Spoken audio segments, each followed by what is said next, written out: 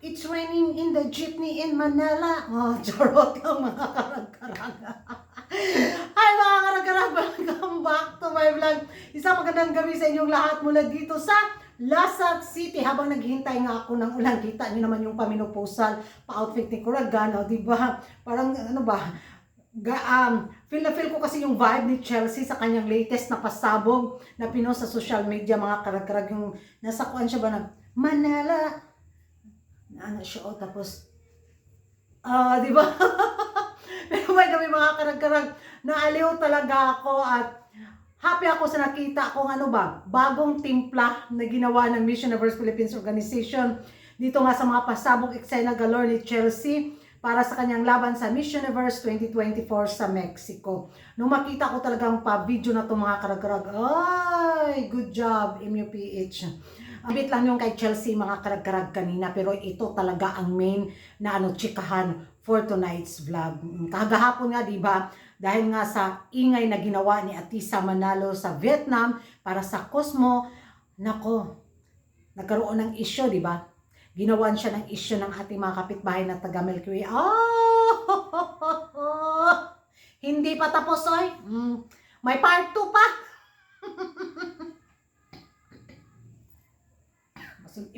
Masubi pa na dyan yung kachismosa ba. May part 2 mga karag-karag kasi nga yung ano ba, CEO, siya ba yung may-ari ng Cosmo pageant sa Vietnam, itong Tisoy din na Vietnamese na kung saan makatlaglag biya po siyang matris mga karag-karag in fairness. Makaingon biya takagag nabuhay yung natutulog mo matris. Para bang masasabi mo talagang it's time. I-refresh natin yung mga matris natin na nagmiminopause na, lalo na si Kuragan. So, in fairness naman, kiligon po na nga itong matris aning may-ari sa Cosmo pageant mga karag-karag at maraming ang nagsabi na sana daw kunin si Madam Paula Sugart na maging parte ng Cosmo pageant. But sad to say, parang hindi yata mangyayari daw. Kasi nga, naging plano pala ng may-ari nitong Cosmo pageant na bilhin ang Miss Universe Organization noong 2022. But sad to say, binigay kay Hello the Universe. Siguro may mga... So baka may tampuang nagaganap, di ba? Hindi natin alam kasi nga pinalayas at kinik-out din siya ni Hello the Universe bilang sa prangkisa ng Miss Universe Vietnam. Ayun. Yun, nagpa-Cosmo-Cosmo na lang siya, pero in fairness naman sa Cosmo, sana magtuloy-tuloy yung ganitong pa-eksena nila na maging mabango ang pageant na to. Tiyak matalbugan niya si Hello the Universe. At speaking nga dito mga karag-karag, sa nagaganap na mga pa-issue galore na pinag-uusapan kahapon natin sa vlog ko na kung saan yung issue kay Atisa Manalo na binato ng ating mga kapitbahay na taga Milky Way na insecure daw yung kandidata natin dahil nga head to foot daw tiningnan si Tata. Nga dito sa isang clip na naman na lumabas na kung saan, ay, watch this. Is it you, Tata? From Indonesia. And Atisha from Philippines.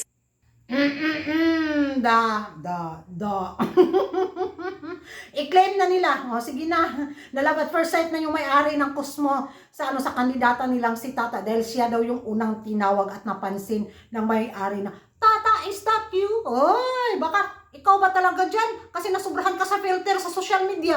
Ganun yun Parang, siya ba talaga to? Bakit iba yung hitsura niya kumpara sa personal at sa picture? Tagang. Pero yung talaga, yung confidence ng ating mga kapitbahay na taga Milky Way, ibang level talaga. Grabe, pinapawisan talaga ako sa chismis na to ngayon mga karag-karag. Talagang agaw attention daw yung kandidata nila. Dahil una talaga daw tinawag ng may-ari. Tapos si Atisa daw yung pangalawa. Sige na oy. Giti ko na po na akong kigulanin nila mga karag-karag oy. Yung nasobrahan bitaw sila sa pagiging ambot.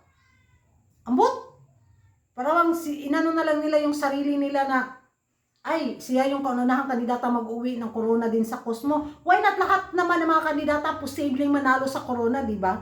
Pero kung gawa nila ng issue yung kandidata natin na sa mga pa-clip-clip na mga pa-video na lumalabas sa social media na gawa-gawa nila para lang talaga mapansin yung kandidata nila at gamitin si Atisa Manalo, ay ibang usapan na yun. Mukha pa kapan na taani mga karag-karag, di ba? Pero anong kinalaman ni Atisa Manalo doon sa pagtawag na may-ari ng Cosmo sa kandidata nila? Kasi daw mas angat daw ang beauty ni Tata kumpara kay Atisa Manalo. Ay sige na, oy, gwapa na lagi yung kandidata pre gaba, oy, kung makapanghilam puso, oy. Yang hiya naman yung manikang face lock ni Atisa Manalo. Di ba? Parang, ay, kalabad, jud ani nila. Uy,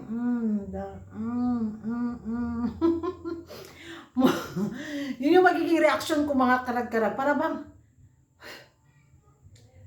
sige na, pagbigyan na natin, jud.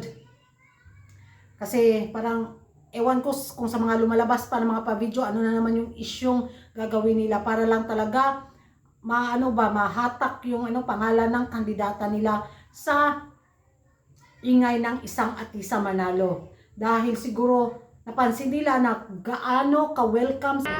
Atisa!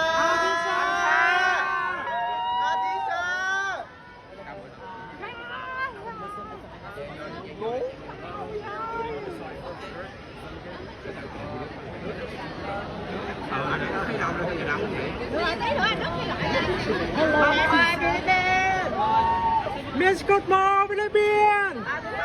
Oh! So beautiful!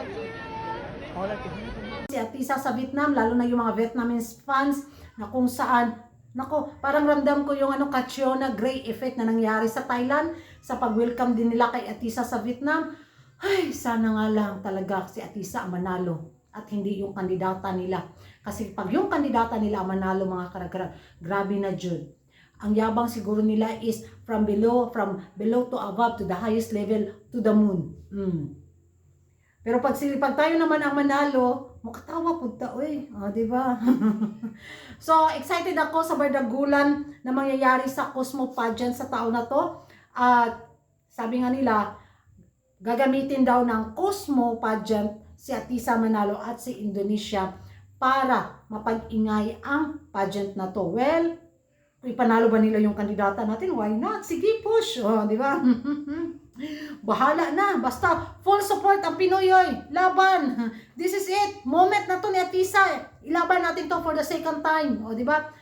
From Japan to Vietnam. Ay, why not? Baka dito na siya nakatadhana. Kung hindi man, ay, congratulations pa rin in advance. O, ganon.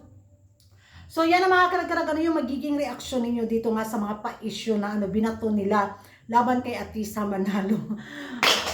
Hoy, naku ba? Kung wala si karag na wild na. At ano yung masasabi nyo sa bagong timpla na ginawa ng Miss Universe Philippines Organization kay Chelsea Manalo. Puro manalo tayo mga karag-karag. Thank you for watching. See you in my next vlog. Don't forget to like and subscribe my YouTube channel, Kuragan Karag. Ang babae lagi na karag-karag. And bye-bye.